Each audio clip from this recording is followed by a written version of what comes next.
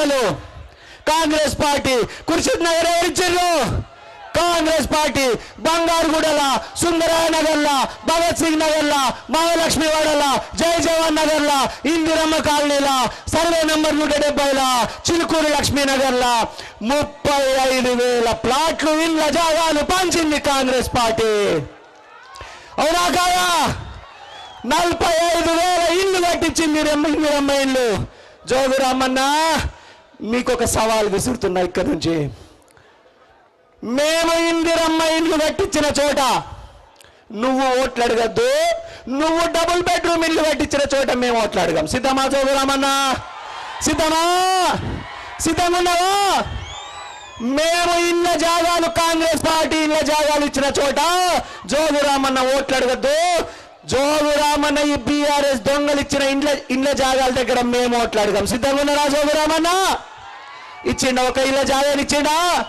ఎవరికైనా ప్లాట్ వచ్చిందా? ఒక్క కొత్త ఇంటి జాగా ఇచ్చిండా? పెద్దమ్మ ఇచ్చిండా? ఒక్క ఇంటి జాగా ఇయ్యలే. డబుల్ బెడ్రూమ్ ఇల్లు అందరు కట్టించిండా? వచ్చిందా ఒక్కరికైనా? ఎవరికైనా వచ్చిందా? ఒక్క డబుల్ బెడ్రూమ్ ఇల్లు కట్టలే. మొన్న ఏమన్నాడు? దళిత బంధు. ఆదిలాబాద్లో 16,000 దళిత కుటుంబాలుంటే దళిత బంధు ఇస్తాడు. 100 మందికి ఇచ్చి చేతులు దులుపుకున్నాడు. వచ్చిందా ఇక్కడికే? ఇక్కడ దళిత బంధు వచ్చిందా? పెద్దమ్మా వచ్చిందా? దళిత బంధు కావాలంటే 4 లక్షల రూపాయల లంచాలు అడిగిందట జోగురామన్న. ఇచ్చిందే 100 మందికి. మళ్ళీ ఏమన్నాడే? కొత్తేశం కట్టిండు, బైరూపులేశం కట్టిండు. ఏం కట్టిండు? బీసీలకు 1,00,000 రూపాయలు లోన్ ఇస్తా, మైనార్టీలకు 1,00,000 రూపాయలు లోన్ ఇస్తా అన్నాడు. వచ్చినాయా?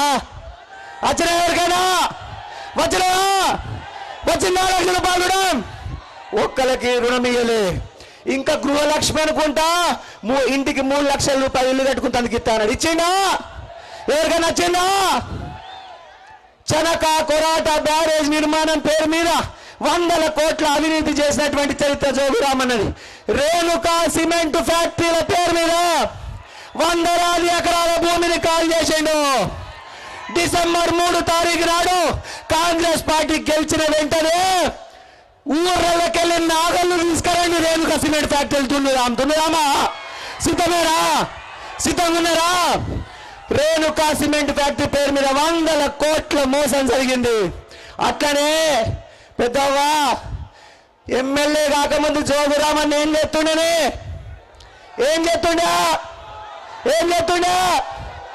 బర్లు కాస్తుండా. అవునా కాదా? నిజమా కాదా? నిజమేనా కాదా?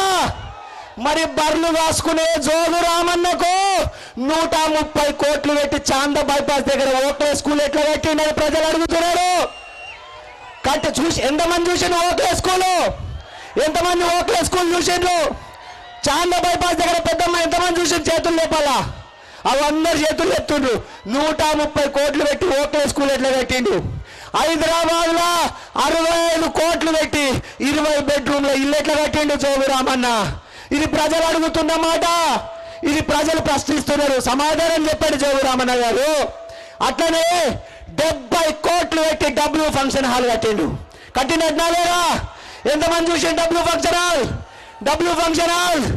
మరి బర్లు కాసుకునే జోగురామన్నకు 130 కోట్లు, 70 కోట్లు, 60 కోట్లు, 1000 ఎకరాల భూమి కొన్నాడట మహారాష్ట్రలో. 1000 ఎకరాల భూమి ఏడికెళ్ళి వచ్చింది?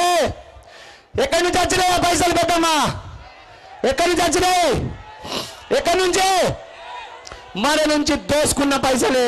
మీ ఇల్లు, మీ పింఛన్లు, మీ రేషన్ కార్డులు, మీ లోన్లు, మీ ఇళ్ళ జాగాలు అన్నిటినీ దోసుకొని జోగురామన్న, పెద్ద జోగుడు రామన్న చిన్న కొడుకు, ఏం పేరు? చిన్న కొడుకు పేరు ఏం పేరు?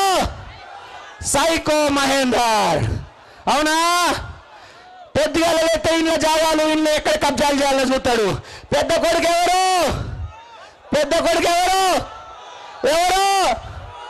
పప్ప ప్రేమేందర్, మున్సిపల్ చైర్మన్. పప్పేనా? ముద్దవప్ప, సపరవప్ప. తండ్రి ఆదిలాబాద్ మీద వాడు దోసుకుంటున్నాడు. కొడుకు మున్సిపల్ మీద వాడు దోసుకుంటున్నాడు. చిన్న కొడుకు భూముల మీద పడి దోసుకుంటున్నాడు. మొత్తం జోగు రాక్షసుల కుటుంబం ఆదిలాబాదుని బానిసలుగా మార్చిందట. జోగు రామన్న పెద్ద రాజట, ఆయన కొడుకు యువరాజట. మనమందరం బానిసలమట. ఒక దొంగ జోగు రామన్న ఆదిలాబాద్లో జోగు రామన్న జేబుల నుంచి బయటకు తీసిండు. ఇంకో దొంగ ఎవరు ఇంకో దొంగ? పాయల్ శంకర్. అవునా కాదా? ఎలక్షన్ల వరకు సైలెంట్ ఉంటాడు పాయల్ శంకర్. ఎలక్షన్లు అప్పుడు జోగు రామన్న పాయల్ శంకర్ని జేబులకు వెళ్ళి తీస్తాడు, నిలబెడతాడు. పెద్దమ్మా అందరికీ తెలుసు, జోగు రామన్న పాయల్ శంకర్ ఇద్దరి ఆత్మ ఒక్కటే. అలా శరీరాలు